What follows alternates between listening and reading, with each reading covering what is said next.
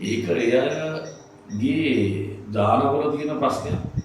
දේශපාලඥයෝගේ ජාති අතර විතරයි ප්‍රශ්න තියෙන්නේ. ජාතිවාදයේ තමයි ඔක්කොම මතක් වෙන්නේ මැතිවරණ කාට විතරයි.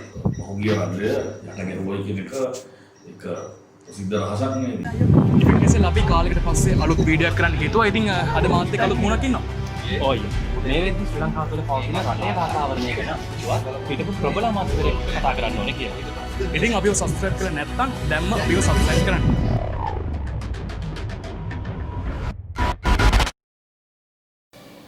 ඔව් මේ වෙද්දි රට තුළ පවතින තත්ත්වය සහ රටේ තියෙන ප්‍රබල ප්‍රශ්න ගැන කතා කරන්න අපිව සම්බන්ධ කරගන්න හිටපු ප්‍රවාහන සේවා කර්මාන්ත පිළිබඳ රාජ්‍ය අමාත්‍ය දිලුම් අමුණග මහත්මයා ආයතන ඔබතුමන්ට අවතුනේ මේ පළවෙනි ප්‍රශ්නේ දුන්නා.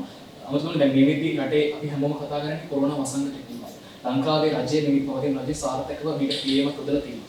ලෝකේ බලවත් රටවල් විදිහට ඇමරිකාවටත් මේක සාර්ථකව මේ පාලනය කරන්න බැරිලා තියෙනවා. ඉදිරියේදී ඔබතුමන්ලාගේ රජය යටතේ මේ අපේ ශ්‍රී ලංකාවේ සම්පූර්ණ යථා තත්ත්වයට පත් කරන්න මොන වගේ ක්‍රියාමාර්ග ගන්නද ඔබතුමන්ලා මේ විශ්ලේෂණ සින්නේ? ඒකදී අපි පැහැදිලිව කියන්න මේ රෝගී අපේ රටේ පාලනය වුණත් ලෝකයේ අනිත් රටවල් වල පාලනය වෙන්නේ නැති මට්ටමක නම් පවතින විශේෂයෙන් ඉන්දියාව චීනය වගේ රටවල් වල 100% අපිට හිටපු තත්ත්වයට පත් වෙන්න හැකියාවක් නැහැ අපි සිදුවනා පිළිගන්නවා. නමුත් අපේ රටේ මේක දැන් යම් මට්ටමකට පාලනය වෙලා තියෙන නිසා නැවත ආර්ථික ක්‍රියාවලිය අපිට ආරම්භ සිදු වෙනවා. ඒ නිසා විශේෂයෙන් අපේ අපනයන ශාස්ත්‍රයේ වගේම කර්මාන්ත ශාස්ත්‍රයේ මේවා වහගෙන ඉන්න ක්‍රමයක් නැහැ. ක්‍රමයෙන් මේවා යුක්ත කරලා නැවත ක්‍රියාත්මක කරන්න අපිට කටයුතු කරන්න සිද්ධ වෙනවා. මේකෙදී ප්‍රධාන තර්ජනේ එන්නේ පොදු ප්‍රවාහන සේවයේ සහ ඊගාවට මේ වැඩපොළවල් ආශ්‍රිතව. ඒ නිසා මේ වැඩපොළවල් වලට දැන් ක්‍රමයෙන් ආරම්භ කරනකොට විශේෂයෙන් සෞඛ්‍ය අංශ ඒ ස්ථානවලට ගිහිල්ලා ඒකට පැහැදිලිව උපදෙස් දෙනවා මේ ආයතන ක්‍රියාත්මක කළ යුත්තේ කොහොමද කියන කාරණේ. ඉදිරියේදී මේ ප්‍රශ්නේ නිසා යම් බස් ප්‍රමාණය මදියක් තියෙනත් වෙනතාව ගැටලුවක් එන්න ඉඩ තියෙනවා. ඒ නිසා විශේෂයෙන් ලංගමහරහත් අපි පාසල් ප්‍රවාහන සේවයකුත් ආරම්භ කරන්න ඉදිරියේදී අපි බලාපොරොත්තු වෙනවා. අපිට අපි මුදල් පිටරටට යවන එක හැකිතරම් සීමා කරන්න සිද්ධ වෙනවා. මොකද ඒක ඉතාම සරලයි. අපිට පිටරටින් මුදල් දෙන්නේ නැතිනම් අපේ මුදල් පිටට යවන එක කරන්න අමාරුයි. ඒ නිසා මේ වෙනකොටත් අත්‍යවශ්‍ය නොවන භාණ්ඩ රසක් ආනයනය කිරීම තහනම් කරලා තියෙනවා. සමහර කර්මාන්ත වලට අවශ්‍ය සමහර දේවල් තහනම් වෙලා තියෙනවා. නමුත් එකින් එක ඒවා සලකලා බලලා ඒ තහනම ඉවත් කරන්න අපි ඉදිරියේදී අවශ්‍ය ඒ කියන්නේ කර්මාන්ත සඳහා අවශ්‍ය අමුද්‍රව්‍ය වලට ඒ තහනම ඉවත් කරන්න අපි කටයුතු කරනවා. මන්ත්‍රීතුමනි, ඉතින් මේ ගිය වසර ගත්ත ශ්‍රී ලංකාවේ පාස්කුරිත ප්‍රහාරය, මේ වසරේ COVID-19 වසංගතය, මෙහෙම එක දිගට ප්‍රශ්න ලංකාවට එද්දී ලංකාවේ ආර්ථිකය ඔබතුමා කියවා වගේ අත්වශයෙන්ම කඩාගෙන වැටෙනවා. ඉතින් ලංකාව කියන්නේ මිලියන 8.6ක ශ්‍රම බලකායක් ඉන්න රටක්. ඒ රටේ ඒ ශ්‍රම බලකාය අස්සේ ඉන්න අපේ ව්‍යවසායකයන්ගේ කටයුතු නංවන්න සහ රජය සහ පෞද්ගලිකාංශයේ කටයුතු ඉදිරියට ගන්න ඔබතුමාලා මොන වගේ සැලසුමක්ද තියාගෙන ඉන්නේ? අපි පිළිගන්න ඕනේ මේ වසංගතේ එන්න කලින් අපි තාම හොඳ ආර්ථික තත්ත්වයක හිටියේ නැහැ. රෝගිය රජය අපිට බාර දුන්නේ අපි ඊයට බාර දුන්නේ 7.8ක තිබුණු ආර්ථික 2017. අපිට ආපහු දුන්නේ 2.3කට වටලා ඔය කියපු ප්‍රහාරය වගේ යම් ප්‍රශ්නත් එක්ක තමයි මේක ආරම්භ. අපි ගත්තොත් සංචාරක කර්මාන්තේ දැන් මේ වසංගතය නිසා කඩාගෙන වැටලා තියෙනවා. නමුත් ගිය වසරේ ඉඳන්ම කඩන් වැටුණා මේ පාස්කු ප්‍රහාරය නිසා. ඒ නිසා මේ දෙකම නිසා ව්‍යවසායකයන් විශේෂයෙන් සංචාරක ක්ෂේත්‍රයේ ව්‍යවසායකයන් විශාල අපහසුතාවයකට පත් වෙලා ඉන්නේ. මේ වෙනකොටත් රිවයිවල් ලෝන් එක යලි පණ ගැන්වීමේ ණය ක්‍රමය රාජ්‍ය බැංකු වලින් ලබා දෙනවා මිලියන 25 දක්වා දුපොඩියට 100ට විතර පොඩියට. ඉතින් මේ හරහා අපි බලාපොරොත්තු වෙන්නේ නැවතත් මේ ව්‍යාපාර නැවතත් ජම්ප් ස්ටාර්ට් කරන්න නැත්නම් අපව දුවන තත්ත්වයට පත් කරන්න. මන්ත්‍රීතුමනි දැන් මේ ආණ්ඩුව පත් වුණත් එක්කම දැන් ලංකාවේ තියෙන දූෂිත දේශපාලන ක්‍රමය වෙනුවට තම හොඳ දේශපාලන ක්‍රමයක් ලංකාවට හඳුන්වා දෙන්න. ඒ වගේම දැන් තරුණ පරම්පරාවට දේශපාලනේ වැඩි අවස්ථාවක් ලබා දෙන්නට මේ ආණ්ඩුව හරහා උත්සාහ කරන්න කියලා ප්‍රතිපත්ති ප්‍රකාශනයේ සඳහන් තිබුණා. ඉතින් ඔබතුමා මේ ලංකාවේ තරුණ පරපුර නියෝජනය කරන මන්ත්‍රීවරයෙක් වශයෙන් ඉදිරියේදී තරුණයන් මේ දේශපාලනයට සම්බන්ධ කිරීම සහ දූෂිත දේශපාලනය ලංකාවෙන් ඉවත් කිරීමට මොන වගේ ක්‍රියාමාර්ග ගන්නද රජයක් වශයෙන් බලාපොරොත්තු මේ ආයතන නැත්නම් අමාත්‍යාංශවල බලයේ 100%ක් අමතිවරුන්ට විතරක් නෙමෙයි නිලධාරීන්ටත් යම් ප්‍රමාණයක් බලය පවරලා තියෙනවා අධිකරු ජනාධිපතිතුමා විසින්. ඊගාවට ඒ ආයතන සඳහා එතුමාම තෝරාගත්තු නිලධාරීන් අපි දකිනවා අමාත්‍යාංශ ලේකම්වරු හැටියට නැත්නම් සභාපතිවරු හැටියට එතුමා විසින් තෝරපු අය තමයි මේවට පත් කළ ඉස්සර පාලන ක්‍රමයේ තිබුණේ මම අමතිවරයෙක් නම් මගේ ආයතනවල සභාපතිවරු පත් කරගන්නේ මම. එතකොට මගේ මේ සභාපතිවරු අතරේ කිට්ටු සම්බන්ධයක් තියෙන නිසා ක්‍රමිකතාව වෙන්න තියෙන අවස්ථාව වැඩි. මේ වතාවේ තමයි කිව්වේ නෑ තුමා වෙනම විද්වත් කමිටුවක් කරා ඒ කමිටුවට යොමු කරලා ඒ කමිටුවෙන් තමයි මේ සභාපතිවරු පවා තෝරගත්තේ. සභාපතිවරු තීරීමේදී ජනාධිපතිවරයා මැදිහත් වුණා. ඒ නිසා අපි විශ්වාස කරනවා ඉදිරියේදී එතුමා ඒ පාලන කාර්යය තුළ මේ අමාත්‍යාංශ හෝ රාජ්‍ය ආයතනවල දූෂිත වැඩ සිද්ධ වෙන්න ලැබෙන්නේ නැහැ කියන කාරණය. උදාහරණයක් ඇරෙන්න අපි එකක් ගත්තොත් මොරාප ප්‍රවාහන දෙපාර්තමේන්තුවේ තමයි එතුමා වැඩ ආරම්භ කළේ. ඉතින් බාර ගන්නකොට විශාල දූෂණ සහ වංචා තිබුණු තරක් විශාල ප්‍රමාදයක් තිබුණු තරක් අද ප්‍රමාදයක් ඉවත් වෙලා තියෙනවා. දූෂණ වංචා ඉවත් වෙලා තියෙනවා. මේ සඳහා අත්අඩංගුවට ගැනීම මොකද දේවල් කරන්න සිද්ධ වුණා. මුල් ක්‍රමයේ වෙනස් කරන්න නම් එහෙම කරන්න වෙනවා. ඉතින් කොනක ඉඳලා මේක පිරිසුදු වෙනකොට සමහරක් පිට කාරණා කියන්න පුළුවන්. ඉතින් කලින් හිටපු අයමනේ අපව ඉන්නේ කියලා. නමුත් එහෙම වුණත් කලින් යම් දෙයකට සම්බන්ධ කෙනෙකුට වුණත් අවස්ථාව නැති වුණා. එහෙම කරන්න ඒකට ඒක සිද්ධ වෙන්නේ නැහැ. ඒ නිසා අපි විශ්වාස කරනවා ඒක අලුතෙන් කරන්න ඕනාවක් වෙන්නේ නැති වෙයි. ඒක දැනට ක්‍රියාත්මක වෙලා තියෙන කාරණා නිසා තරුණයෝ දේශපාලනයට ඇතුළත් කර ගැනීම ගැන යහපු ප්‍රශ්න ඉතාම වැදගත් එකක්. අපි ගත්තොත් අපේ පරණ මේ නැතිවරණ ක්‍රමේ සංශෝධනය කරන්න කලින් මේක තිබුණා 20%ක් කාන්තාවන් සහ තරුණයෝ ලයිස්තුවේ ඉන්න අවශ්‍යයි. ඔහුගේ කාලේ මේක වෙනස් කළා. ඉතින් ඇත්ත වශයෙන් ඒකෙන් සිද්ධ වෙන්නේ අලුත් අයට තිබුණු අනිවාර්ය 20%ක් නැති වෙලා ඉන්නේ.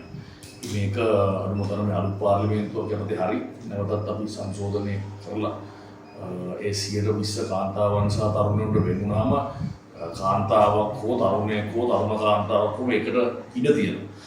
නැතිනම් වෙන්නේ ජ්‍යෙෂ්ඨ පරණ වැඩිහිටි සියලු දෙනාටම තමයි නාම යෝජනා ලැබෙන්නේ. පක්ෂ වලටත් මේක නොදී ඉන්න බැරි වෙනවා ජ්‍යෙෂ්ඨයි. නමුත් අර වගේ එකක් අනිවාර්ය කරලා තිබුණාම ඒකෙන් තමයි අපි වුණත් ගියේ. අපි වුණත් පාර්ලිමේන්තුව ආවේ 120ට පින් සිද්ධ වෙනවා.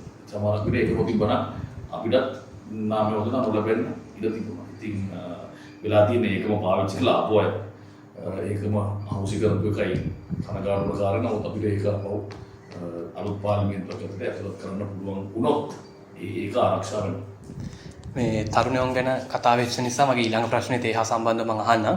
මේ දැන් ගෙවුණු වසංගත සමය වුණත් අපි දැක්කා ලංකාවේ තාරුණ්‍යයේ තාක්ෂණික සාක්ෂරතාවය සාධක කිහිපයක් ඔස්සේම එළියට ආවා.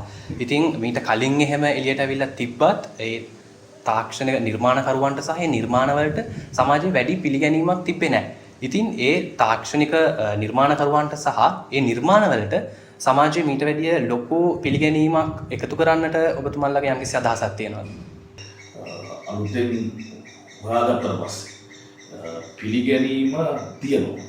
නමුත් මේ පිළිගැනීමෙන් ඉවර වෙනවා. ඊට පස්සේ එතනින් එහාට මොකක්වත් වෙන්නේ නැහැ. මේක වර්ධනය කරන්න සහයෝගය ලබා දෙන්නේ නැහැ. මොකක් වෙලාවට වෙන්නේ වෙන රටකින් කොහෙන් හරි ඇවිල්ලා මේ තරුණයව අරගෙන යන එක තමයි ඒකල ඒකේ අයිතිය යාලා මුදල් දීලා ගන්න එක තමයි සිද්ධ වෙන්නේ. ඉතින් වැඩපිළිවෙලක් අවශ්‍ය වෙන්නේ මේ දේ කර්මාන්තයක් බවට පත් කිරීමට කොහෙන් හරි සහායක් අවශ්‍ය වෙනවා. උදාහරණයක් අපි දැන් කරමු. උමර තවනේ ඒක යන්නේ පිටරටින් ගිය කිසිම දෙයක් කොහෙන්වත් ගියේ නැතුව සම්පූර්ණ මෝටර රථයක් නිර්මාණය කළා තිබුණා. ඒක ඉතින් මූලික එකනේ. ඉතින් ඒකම ඉතින් අගේ කර කර ඉඳලා ඉතින් වැඩක් වෙන්නේ නැහැ සාධකයක් හරි මොකද තමයි ලැබෙන්නේ. නමුත් මේ තරුණයාට ලංකාවේ මෝටරට හදන්න පුළුවන් තත්ත්වෙට අපි පත් කරන්නේ කොහොමද කියන එකයි අපි සාකච්ඡා කරන්නේ. කොහෙන්ද මේ මුදල දෙන්නේ? කොහෙද මේක කරන්නේ? කොහෙද මේකට අවශ්‍ය පිරිස ඉන්නේ කියලා කාරණේ. මේවා ඉදිරි ගන්නන්න අවශ්‍යයි. මෝටර අපියක් වුණත් දැන් එයි අපි අපේ එකක් හදන්න නැත්තේ කියලා කරට ඇවිල්ලා අපි ත්‍රිරෝද රථවල ක්ලාස් කීයක් පිළිගන්නට ඉන්දියාවට මෝටර් සයිකල් වල මේවා ඉතාම ලේසි හදන්න පුළුවන් දේවල්. නමුත් හදන්න ප්‍රාර්ථනාවේ අපි තරුණයෝ ගාව නැහැ. තමයි ප්‍රශ්නේ. ඉතින් මේකෙදී ප්‍රධානම තැනක් හිමි වෙන්නේ මේ නව නිපැයුම් කර්මාන්ත බවට පත් කිරීම සහ වැටිච්ච කර්මාන්ත නැවත ආරම්භ කිරීමට අවස්ථාව ලබා දීම සහ කෘෂි කර්මාන්තය අතින් අපි ස්වයංපෝෂිත විය යුතුයි කියන කාරණය. අපි බිලියන 50ක් හැම අවුරුද්දෙම පිටරටට ගෙවනවා කිරි ගෙදලා. ඉතින් මේ කිරි හරක් ඕන තරම් ඇති කරන්න පුළුවන් තරක්. ඉතින් මේ වගේ තව ගොඩක් ඒවා තියෙනවා. මන්ත්‍රීතුමනි ඊළඟ ප්‍රශ්නේ තමයි දැන් ලංකාවේ මේ කාලයක් තිස්සේ තියෙන ලංකාවේ ප්‍රශ්නයක් තමයි මේ ජාතිවාදී ප්‍රශ්නේ. එක එක කාලවලදී එක එක මුහුණුවරකින් යම් යම් පිරිස් තමන්ගේ බලය ලබා ගන්න මේ ජාතිවාදය කියන දේ එළියට දාලා තමන්ගේ බලය ලබා ගන්න උත්සාහ කරනවා. රජයක් විදිහට මේ ඉදිරි වසර කිහිපය තුළදී ඔබතුමන්ලා මේ ජාතිවාදී ප්‍රශ්නය සහ මුලින්ම නැති කරන්නට මොන වගේ ක්‍රියාමාර්ගද ගන්න බලාපොරොත්තු වෙන්නේ? කිසිම ජාති දෙකක් අතර ප්‍රශ්නයක් ලංකාවේ නැහැ. මේ තියෙන දේශපාලඥයෝගේ ජාති අතර විතරයි ප්‍රශ්නේ තියෙන්නේ. ඒ නිසා අපි තාම පැහැදිලිව කියන්න ඕනේ ඒක දැන් ජනතාවත් ප්‍රතික්ෂේප කරගෙන යනවා. අපි සියලු දෙනාගේ ප්‍රතික්ෂේප කළ යුතුයි. ඔය ඔක්කොම මතක් වෙන්නේ මේ ජාතිවාදයේ තමන්ගේ තමයි ඔක්කොම මතක් වෙන්නේ මැතිවරණ කාට විතරයි. අනිත් කාර්යව මොකක්වත් මතක නැහැ කර කාලා බීලා හොඳට ඉන්නවා. අපි දැක්කනේ මොකද කාලා සංවිධානාත්මකවත් මේවා ක්‍රියාත්මක වෙලා තිබුණා. ඒ නිසා ඉදිරියේදී බුද්ධි අසත් පවා අපි මේ වෙනකොට මේ සියලුම දේ පිළිබඳව කරලා තියෙනවා. මම විශ්වාස කරනවා මේ බොරු ප්‍රකාශ නිකුත් කරන අය පිළිබඳව යම් තීන්දුවක් ගන්න වෙනවා. එක්කෙනෙකුට තීන්දුවක් කරගෙන දැන් ඇතුලේ ඉන්නේ අනිත් අයටත් යම් කිසි තීන්දුවක් ගන්න වෙනවා. මේ බොරු ප්‍රචාර හරහා ජාතිවාදී විසීම පිළිබඳව යම් ක්‍රියාමාර්ගයක් ඉදිරියේදී ගත යුතුයි කියන එකයි මගේ විශ්වාසය තියෙන්නේ. ශ්‍රී ලංකාවේ ටික කාලයක් තිබ්බ ප්‍රශ්නයක් තමයි රැකියා විරහිත උපාධිධාරීන් කියන ප්‍රශ්නේ. මේ වෙද්දී ඒ රැකියා විරහිත උපාධිධාරීන් වෙනුවෙන් යම්කිසි ක්‍රියාමාර්ගයක් අරන් තියෙනවද? එහෙම නැත්නම් අනාගතයේදී ගන්නවා නම් ඒ මොන විදිහේ ක්‍රියාමාර්ගයක්ද ගන්න? මේ වෙද්දී අපි වාර්තා අපිට ලියාපදිංචිලා හිටපු සියලුම උපාධිධාරීන් මේ වෙනකොට රැකියා ගන්නවා තියෙනවා. මැතිවරණ කොමිසම මෙතනදී හරස්ුණා යටිපත් ඉන්දී ඉවරයි. ඒක ආරම්භ කරගන්න බෑ. නමුත් ඒ අයට සේවය ආරම්භ කරන්න අවසර දෙන්නේ නැහැ මැතිවරණ කොමිසමෙන්. අපි දන්නේ නැහැ ඒක මොකද්ද කියන කාරණේ. මොකද පත්වීම දුන්නේ මැතිවරණයට කලින් නම් වැඩ පටන් ගත්තයි කියලා මම නම් දකින්නේ නැහැ. ප්‍රශ්නයක් තියෙනවා. ඉතින් 57000ක් නැවතත් අපි දීලා තියෙනවා. විශේෂයෙන් මේක හැමදාම රජයකට කරන්න පුළුවන් දෙයක් නෙමෙයි. ඒ නිසා පළවෙනි පටේ අපි මේක කරලා තියෙනවා. වගේම ජනාධිපතිතුමාගේ දැන් අවධානය යොමු වෙලා තියෙන්නේ උපාධිධාරියා රජයේ සේවකයෙක්ම වෙන්න ඕනේද කියන කාරණා. නැතිනම් තමන් ගත්ත උපාධියෙන් ප්‍රයෝජනයක් අරගෙන ව්‍යවසායකයෙක් වෙන්න බැරිද කියන එක ගැනත් අපි අවධානය යොමු කරගෙන යනවා. මන්ත්‍රීතුමනි දැන් මේ අප්‍රේල් 20 පාස්කු ප්‍රහාරය. මේ පාස්කු ප්‍රහාරයෙන් ලංකාවේ සමහර ජනතාවට මේ විදිහ හරිහැටි සාධාරණ ඉෂ්ට වෙලා නැහැ. සහ මේ ප්‍රහාරයට සම්බන්ධ යම් පිරිස් තාම නිදැල්ලේ ඉන්න පුළුවන්. ඔබතුමන්ලාගේ ආණ්ඩුව හරහා ඉදිරි කාල සීමාව තුළදී තරාතිරම නොබලා මේ වැරදිකරුවන්ට දඩුවම් ලබා දෙන්නට ඔබතුමන්ලා රජය සූදානම්ද? මොකද මේක පහුගිය රජය යට ගැහුවයි කියන එක ප්‍රසිද්ධ රහසක් නෙවෙයි. ඒක තුනට හොදගෙන ඒකෙන් පැත්තකට වුණා. අවසානයේදී මේක පුදුමන කාරණේ මේකට දැන් අදටත් කවුද මේකට අත්අඩංගු වෙන්නේ? අත්අඩංගුවේ කවුරක්වත් නැහැ. එතකොට එහෙම වෙන්න බෑනේ. මේක මෙහෙවපු කවුරු හරි ඉන්න ඉපයි අත්අඩංගු. නිසා මේක මෙහෙවපු පිරිසක් හරි බෝම්බකාරව මරණයි කියන්න පුළුවන්. ඒක වෙනම කතාවක්. නමුත් මේක තනියම සියලු දෙනා බෝම්බකාරවම සැලසුම් කරලා තනියම කරවන්නේ නෙමෙයි. ඒ නිසා මේක ක්‍රියාත්මක කරපු අංශයක් අපි බොරුවට චෝදනා කරන්නේ නැහැ. නමුත් බුද්ධි අංශ මෙයා පිටිපස්සේ ගිහිල්ලා හරි කෙනා හොයාගන්න වෙනවා. දැන් ඒක කලින් කෙරුවා නම් මොනවාද විල්වේ උගුරනතාවිය හොවෙච්ච වෙලේ මේක පිටිපස්සේ ගියා නම් ඔය බෝම්බේ පුපුරන්නේ නැහැ. ඉතින් මේකේ මුල හොයාගන්නකම් අපිට ඊගාව බෝම්බේ පුපුරයිද කියන එක කියන්න බෑ. ඒ කියන්නේ මන්ත්‍රීතුමනි දැන් මේ ප්‍රශ්නේ හට ගහන්න දේශපාලනික වශයෙන් මොකක් හරි මැදිහත් වීමක් තිබ්බද පසුගිය ආණ්ඩු කාලය තුලදී? දේශපාලන වශයෙන් තමයි මැදිහත් වීමක් තිබිලා තියෙන්නේ. මොකද ඒකට හේතුව දැන් අපි හොයාගෙන යන විදිහට යම් යම් මැතිවරුන්ගේ සම්බන්ධකම් තිබිලා තියෙනවා. එයාම සුරු කරලා තියෙනවා. එතනින් එහාට ගියාම යට ගහන්න ප්‍රධාන හේතුව තමයි මේක එළියට ආවොත් ඒකේ වගකීම කාට හරි පැවරේ කියලා ඒක ගෙඩිය පිටින් යට ගහන්න උත්සාහ කරලා තියෙනවා. ඒකෙන් වෙන්නේ වගකීමෙන් පැවරෙන එකක් කරන්න පුළුවන්. නමුත් සැබෑ ප්‍රහාර කරුණුත් ඒකත් එක්කම යට ගියා. ඔව් මන්ත්‍රීතුමනි අපේ අවසාන ප්‍රශ්නේ මම යොමු කරන්න සූදානම්. ගෝඨාභය රාජපක්ෂ මැතිතුමා පාලනයට එනවත් එක්කම කිව්වා බුද්ධ ශාසනය සහ බෞද්ධ ආගම ආරක්ෂා කරන්න මුල් තැන දෙන්න ප්‍රමුඛ ස්ථානයක් දෙනවා කියලා. ඉතින් ඔබතුමාත් දැකලා ඇති මේ පහුගිය දවස්වල බුද්ධ ශාසනයට හානි වෙන ආකාරයෙන් විවිධ පුද්ගලයන් විසින් විවිධ මත මේ සමාජ මාධ්‍යවල එහෙම හොමාරු වුණා. ඒක ගැන ඔබතුමාගේ මතය මොකක්ද? ඉතින් මේ අය කෝප ගැන කතා කරපුවොත් ඔය විදිහටනේ කතා කරන්නේ. බුද්ධ ශාසනයත් එකයි රට ගැන කතා කරපුවොත් රටට විරුද්ධව කතා කරනවා. ආගම ගැන කතා කරපුවොත් ආගම විරුද්ධව කතා කරනවා. ජාතිය ගැන කතා කරපුවොත් තමන්ගේ ජාතියටම විරුද්ධව තමයි කතා කරන්නේ. ඉතින් ඒක එයාගේ දානවල තියෙන ප්‍රශ්නයක්. මිසක් වෙන ප්‍රශ්නයක් නෙමෙයි. ඉතින් ඒක මොකද්ද අපි අනිත් සමහරක් කියව ගත්තත් එහෙමයි දානවල ප්‍රශ්නයක් තියෙනවා.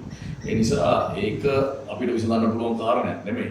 නමුත් ඒක වැරදි. එහෙම පොදුවේ හරි ස්වාමීන් වහන්සේ කෙනෙක් චෝදනාවක් තියෙනවා නම් නමත් එක්ක කෙනාට චෝදනා කරන එකේ ගැටලුවක් නැහැ. නමුත් පොදුවේ සියලුම දෙනාට එහෙම චෝදනා කරලා නැහැ. ඉතිහාසයේ කවුරුත් ඉතින් එහෙම කරනවා එක්කෙනෙක් දෙන්නේ කොහොම හිටපු ගමන් ගිහි වෙනවා. ඉතින් ඒක කනගාටුදායක තත්ත්වයක්. ඒක සම්මුති ප්‍රතිඵල තියෙනවා.